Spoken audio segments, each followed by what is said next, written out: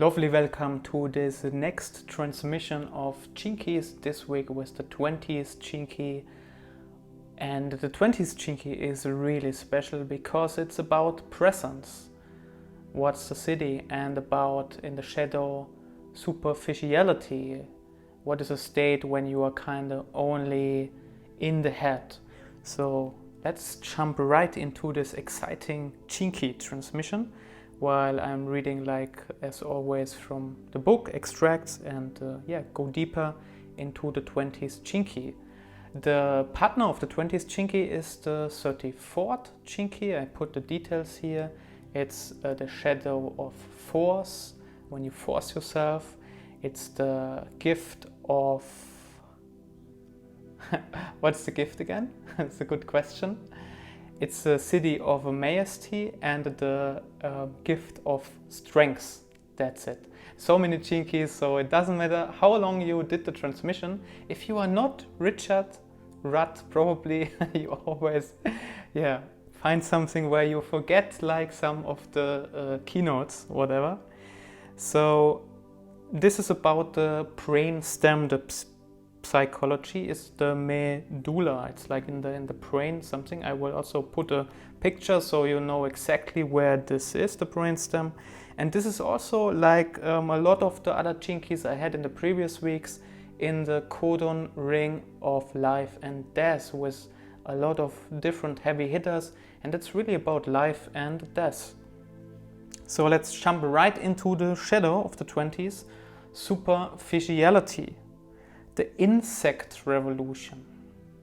The language of the 20th Chinky and its various frequencies is a purely existential language. It doesn't really involve thought or thinking in any way at all, and as such, it is quite challenging to grasp at an intellectual level. So there's really no kind of awareness of thinking and thoughts, which is a very special Chinkies. And also the 34 Chinky has also this unaware aspect even to the Siddhic level. So this Chinky, the 20s, is about the quantity of consciousness that can express itself through a human being. And in this sense, it is one of the most mystical of all the 64 Chinkies. In the case of the 20s shadow, very little consciousness can express itself at all. So what we see is a very watered down reflection of life's real potential coming through human beings operating at this frequency. The role of this shadow is to keep human beings just at the fringe of life without really plunging into it. It's like you are at the water, you are at the ocean, and you don't jump into the ocean to learn how to swim, because you're always on the fringe and think like, should I really jump into the water, into the ocean, into the river? Is it worth it? Is it, or in the water pool, or in like the pool you have? It's always to be like in this mind structures, in this thinking that you are not allowing yourself to think, and not only think, to also act outside of the box, you know. So another one is written here: a strange thing happens when human beings begin to think.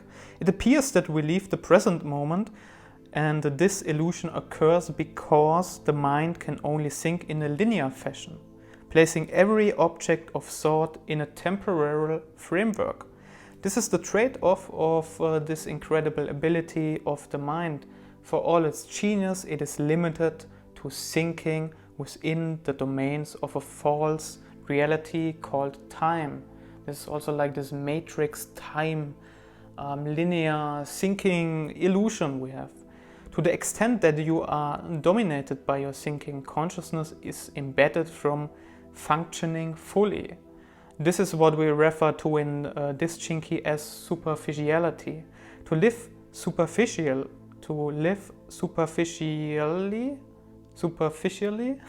means to live within the false illusions fabricated by the mind. So this is really important about this.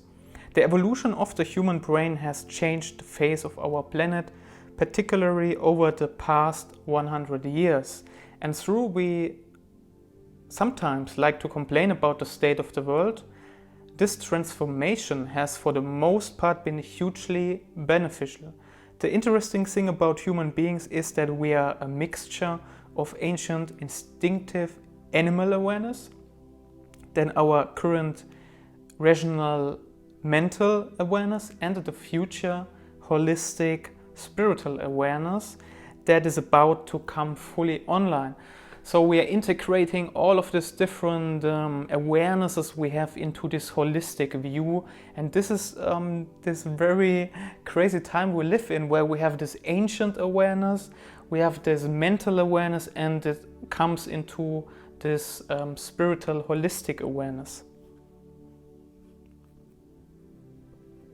The evolutionary phase that is now coming to an end is the superficial age, when mankind appears to have moved away from nature. That's like all about what superficiality is, to get away from nature as much as possible. But this is not really the case.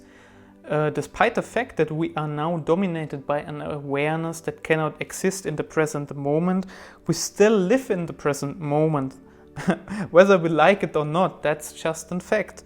And our current mental equipment simply prevents us from feeling one with life in the way that we once did. And evolution requires us to be superficial in order that we can complete this mental phase. So nothing about this is negative or bad. It's just an evolutionary stage we can observe from a natural state, and then we know, okay, everything is all right, and we have to just grow over it and learn from it, and then don't make the same mistakes of our mental awareness again and again, and we move into this holistic awareness. All of our scientific and religious cravings have arisen due to the inability of consciousness to move beyond the human brain. Seen in this slide, one can see how all the 64 shadows have come about because of this single conundrum. That means the mind prevents us from feeling one with life. So, and we really like a lot in our head, and also our focus is there. That's like why there is like some parts, like we have a lot of headaches, migraine, like that there's like even more pain. There's a lot of brain things coming up, and also we have a lot of focus on our head, even in our awareness, instead in our whole body. And by doing so, like the mental awareness is just overstimulated, and this also causes all of this kind of illness and pain and topics we face today. Only when the mind has been overwritten by our future awareness rooted in the solar plexus can consciousness begin to manifest actively that no longer meets resistance. This is what the Buddha referred to as right action. Right action occurs when the frequency of your DNA shifts you out of the shadow states, at which point all your activities emerge naturally and harmoniously. So it's really from moving from like this area of the head more down through your heart into the one point, into this navel point and the solar plexus, and because from there a higher evolutionary function and this holistic awareness functions. So let's go to the repressive nature. It's here absent. Repressive is always like the passive internalized nature, like you go inside yourself, and then there's like the reactive that reacts and puts stuff out to the world, like blaming others, for example. So, and the repressive is here absent. The introverted nature of the 20s shadow gives the impression of being totally absent. This is primarily reflected in a person's eyes, which can appear staring or distant. The consciousness in such people is often frozen by an intense, unconscious fear that temporarily displaces them. So like there's such a big fear that people, you could say they die in a sense because they're not present, so they're just hollow in a way also and absent. The reactive nature is hectic, so it's like instead of numbing the fear, this kind of nature will immediately translate into activity. These people are increasingly on the move, unable to stop in their hectic self-absorption. Like there's like this absorption and they always put it out in the world with activities, with like business, with everything, just not to have a pause and relax and to let your life settle, and they're always on the move in a way. So let's go to the gift and to the exciting levels of consciousness and of this Chinki. This is about self-assurance. And this is one of the most important, if not the most important now in history, that people have a feeling of self-assurance about money, about that everything will be always provided when they need it, and not that they always want something, they need more and more, and they are not happy with like the status quo at the present moment. That's so important. And it's written here, divine relaxation as a topic. The gift of self-assurance comes into being when a human being first learns to let go of the thinking as the authority in making decisions. With self-assurance must come a profound surrender to life in every moment. So it's really like you just live in the present moment and you know everything will always be provided with you, and you just full of excitement make the activities that you love to do. This gift is in fact the precursor to a higher state of spiritual awareness. You begin to discover that decisions in life simply get made, so there is really no point in agonizing over them. Decisions at a higher level of frequency are made in the moment rather than being premeditated. Your mind may decide on a certain course of action, but when the decision is actually made at the gift frequency, it emerges instantly and clearly through the entire of your being.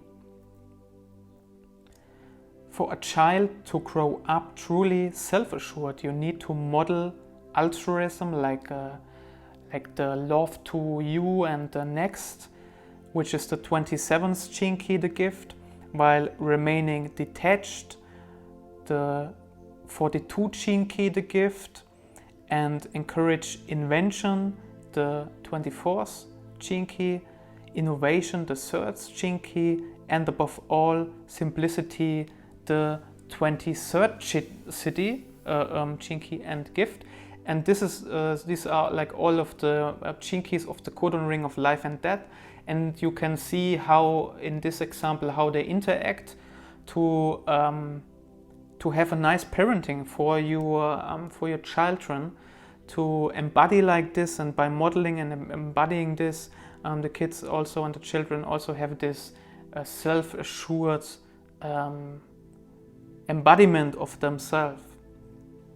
And it's also written here then as an explanation, these 5 keys can become the foundation of a complete life system for parents, and contemplation on them can lead to a profound sense of freedom for both children and parents. Very, very interesting. So when you are like a parent, or you are an upcoming parent, or you want to be a parent at some point, like to dive deep into the Codon ring of life and death, and that the Chinkis surrounded by that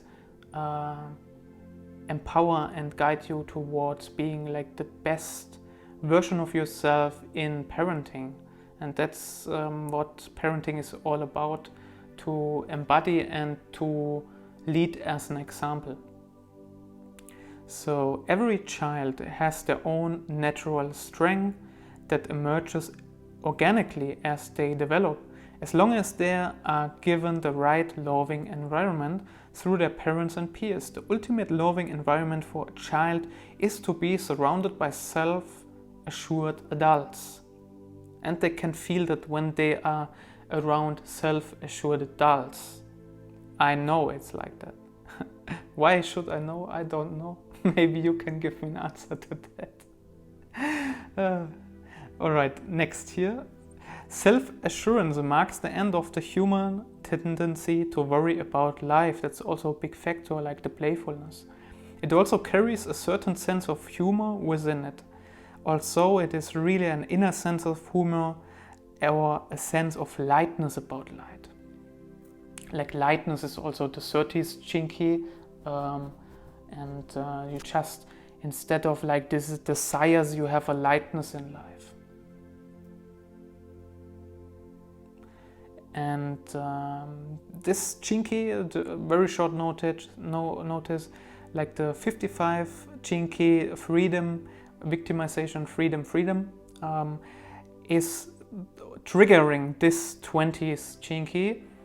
And I give this as a note because this happened to me, and a person that is very close to me has this chinky as a very fundamental chinky. So it's just one experience or one expression, like what Richard writes here is what happened to me, and so for me this is a truth, you can say. And I didn't know chinkies when this occurred to me, so I just found it out later. So this is just a really fun point about this. Your self-assurance is directly equivalent to your ability to escape being a victim of your mind. Like what's the superficiality is kind of. So you can also say it's like the victimization, the 55th chinky and the 20 chinky, like superficiality and victimization is like this victimized mind, you could say. And that's the stage where the global collective humanity moves more and more out or transform into like an expanding of consciousness. What actually occurs with this gift is that the awareness within your solar plexus begins to take over from your mind. In China and Japan, there are always been a profound understanding based upon the solar plexus center, which is known in the Orient as the Hara or Dantian. The practitioners of the ancient yogi system discovered this latent awareness within the Hara and based their entire psychology around it, from medicine to the material arts. So interesting knowledge about that. The 20 gift can only be cultivated through trust, patience, surrender, and none of which are techniques. All of this is things you have to experience, and you have to embody it. You just have to embody it, trust, patience, and surrender. As such, self-assurance is based upon philosophy of allowing everything to come to you, rather than going out and chasing life down. Let's go into one of the most, if not the most, magical Siddhi out there in the system, which is the Siddhi of Presence, the sacred octave. The word presence does not do this Siddhi justice. It would actually be truer to name this Siddhi the Presence. And it is the manifestation of the presence of the divine through a human instrument. Whenever a human attains the Siddhi state or a Siddhic state, he or she is suffused with the presence. Pure consciousness floods the being, silencing the mental activities and drawing the person into the eternal present moment. When this occurs, the whole world created by the human mind is suddenly seen as utterly superficial. The smallest things, such as a leaf or stone, is understood to have more life within than all the great ideas of man. Such a great, poetic way of putting this, what this is truly about. And yeah, the presence is within everything, and so it's very interesting. It also has to do with déjà vu. When you have a déjà vu, this is a short period when you are in this present moment where there is no time, past, present, future, everything is kind of transfusing, and déjà vu is a moment of the presence, a very tiny moment of what's there in the presence. When this siddhi has flowered in a person, it actually creates a subtle atmosphere around itself, a kind of silent ease that pervades the aura of the person and radiates out to all creation. One of the great effects of being in the presence is the deepening of your breath. Like, it's really going deep down your breath instead of staying in the head in a way. I have to say about this, a small experience for myself. A long time in my life I trained myself, conditioned myself to have a very shallow breathing, like only like in this area here and not down to the lower body part where also the solar plexus is. And this guided me into having like this day-to-day life of struggle. Like, it's like this superficiality. That's why there's also the part of insects. It's like when you are a fly, and a lot of flies that they get born and then at the same day to us in our timeline environment they die again. So they hunt out and eat and run. So, and actually this is also how we humans behave a lot, from this narrow-minded view and also awareness of the mind.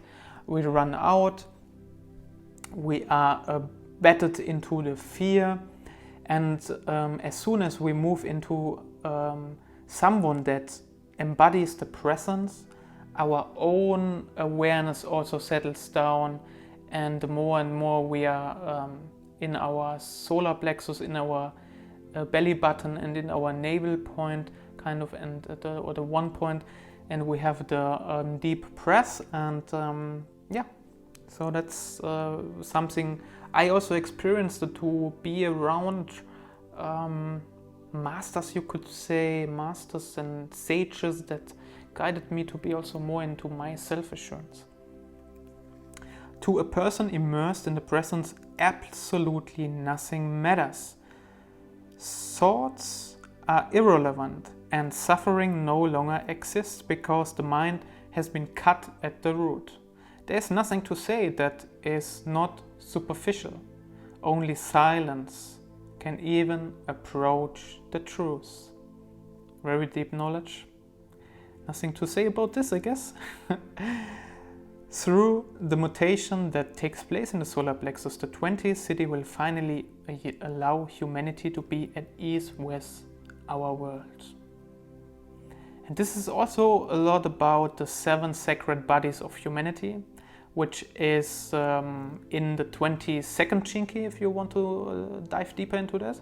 There's a very intensely written about this.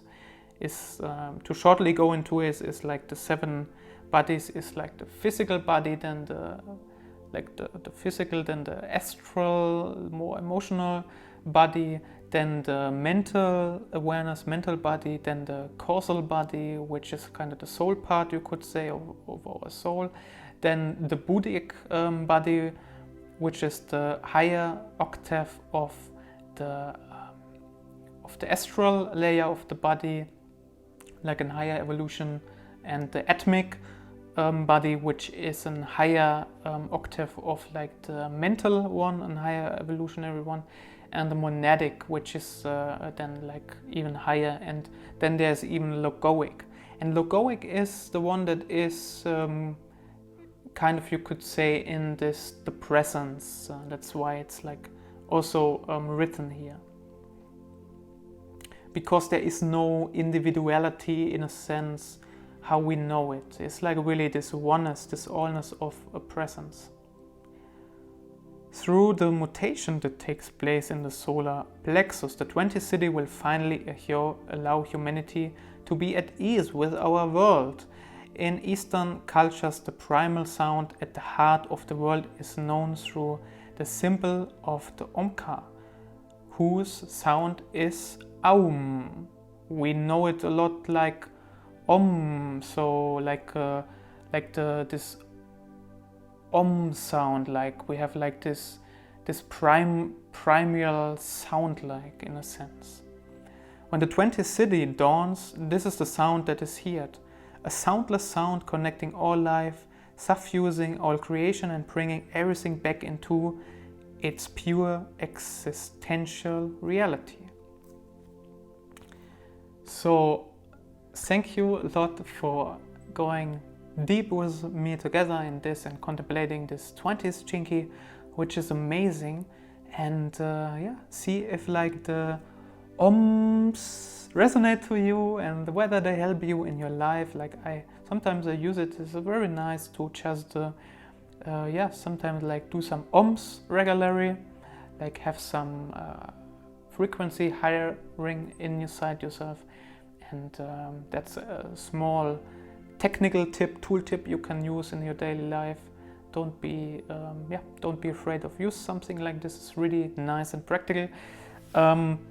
Now there should be some other videos pop up. Thumbs up whether you like the video, love whether you like subscribe to the channel. There will be a lot of content about the soul's purpose. In a way you could say it's also a higher purpose, the life's mission. I call it soul's purpose from now on, and it's all about Chinkies here, consciousness and tools and techniques that guide you towards being in your soul's purpose, discover it and embody it. So thank you very much for watching this video and see you next time. Bye bye, your Dominic.